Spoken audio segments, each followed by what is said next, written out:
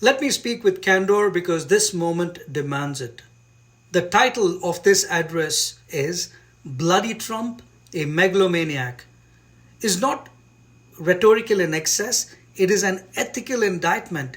It reflects the loss of innocent civilian lives in Venezuela, the deaths associated with coercive enforcement practices under ICE, and apparently cruelty of its own citizens now passes for border security, and a broader collapse of accountability under Donald Trump's conduct. You see, Trump does not behave like a statesman. He behaves like a man intoxicated by power, mistaking authority for entitlement and governance for domination. Stewardship and restraint are replaced by ego and threat. Because nothing says leadership quite like bullying the world and calling it peace. Which brings us to Trump's so-called peace board. This is not merely a parallel forum or a harmless experiment in diplomacy. No, it is a deliberate attempt to supplant the United Nations itself to replace a multilateral system grounded, however imperfect it may be, in law and sovereign equality with privatized structure where influence is purchased now with this man. $1 billion for permanent membership, peace for sale, under the chairmanship of President Trump. This global governance apparently functions like an exclusive club. Pay to belong, pay more to rule. Its core premise that small and large states alike possess legal personality and moral worth was a direct response to the catastrophic failures of power politics in the first half of the 20th century. So, pay to participate peace structure repudiates this lesson. This pay to rule system is that like of the last Roman Empire, the European colonial empires, the feudal Europe, and the system has no validity in today's diplomacy. Its implications are profound. If influence in global governance can be bought, then peace becomes contingent on patronage, not on principle. Loyalty replaces legitimacy. You see, decision-making authority becomes concentrated among those with economic leverage, while poorer states are relegated to permanent marginalization. This is not multilateralism. It is oligarchic governance at the international level.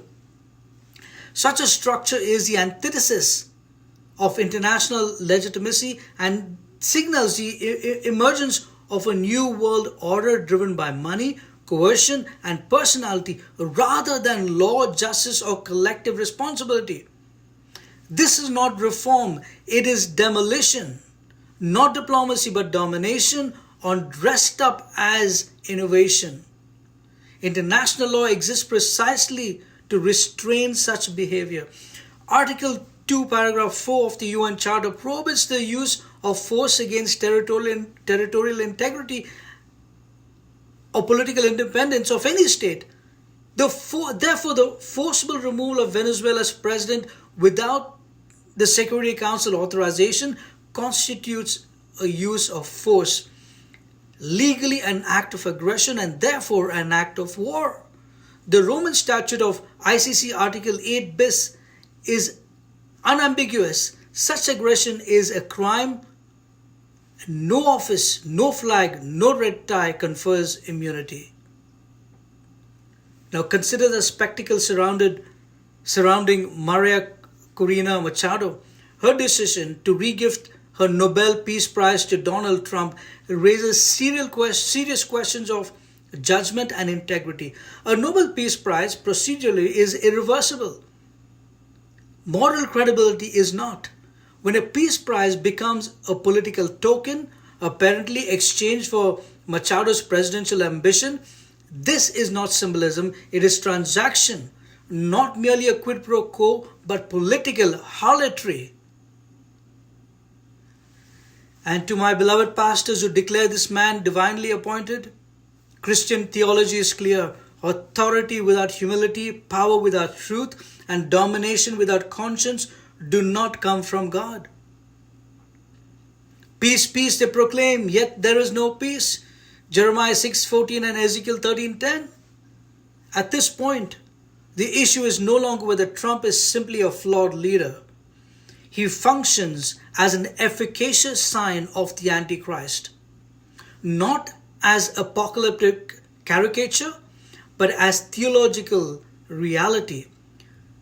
Scripture teaches that the Antichrist is revealed through lawlessness, self-exaltation, deception, and the promise of false peace. I'm not saying that Trump is the Antichrist, but he is the efficacious sign of the one to come. He speaks of peace while issuing threats, rejects accountability while demanding loyalty, and evades and elevates himself above law while cloaking domination in salvific language.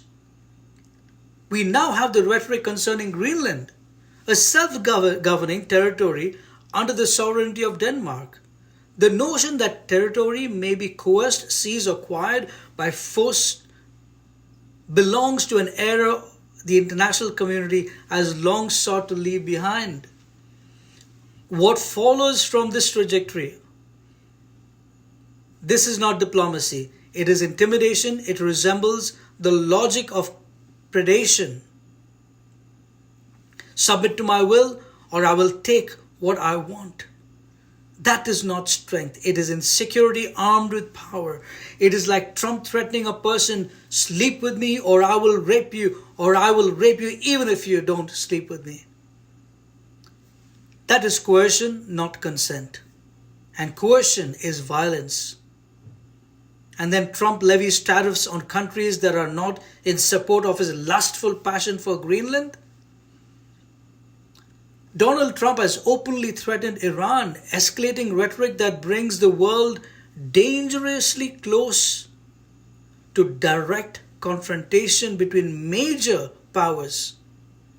Iran, for its part, has responded in unequivocal terms, signaling that any future retaliation would not fail to miss an illusion widely understood within the context of prior assassination attempts on Trump and the escalation cycle of threats that counter threats have been received.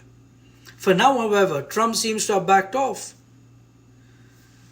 World wars are not ignited overnight. They are assembled, threat by threat, norm by norm, eroded. Arrogance indulged until catastrophe feels inevitable. International law was created to restrain such men. Faith was never meant to sanctify them. Consider the irony of threatening Canada, imposing punitive, absurd tariffs on India, and tilting toward Pakistan despite its record on terror. Donald Trump now postures himself as a peacemaker. Reports from January 18, 2026 indicate he invited Narendra Modi and Mark Carney to join a newly nominated Board of Peace to oversee post-war governance and reconstruction of Gaza, as if coercion, trade, punishment, and selective alliances were credible pathway to peace. The spectacle is not diplomacy. It is contradiction dressed as statesmanship. And for the world, leaders who have, under coercion or threat, accepted to be part of Trump's peace board, shame on you. He is a man who has violated international law, abducted a head of state, threatened to invade Canada, levy tariffs on India, and all out to invade Greenland. Greenland is a NATO ally. Silence now is not neutrality, it is complicity. I would rather lose status for speaking the truth than retain it by serving a lie. The question before this world is simple. Does law still matter or only power? I would rather wear the United Nations badge that represents peace and unity And for the Trump gold coin that I received, I don't need it. It goes in the garbage. Love and peace shall prevail. Thank you.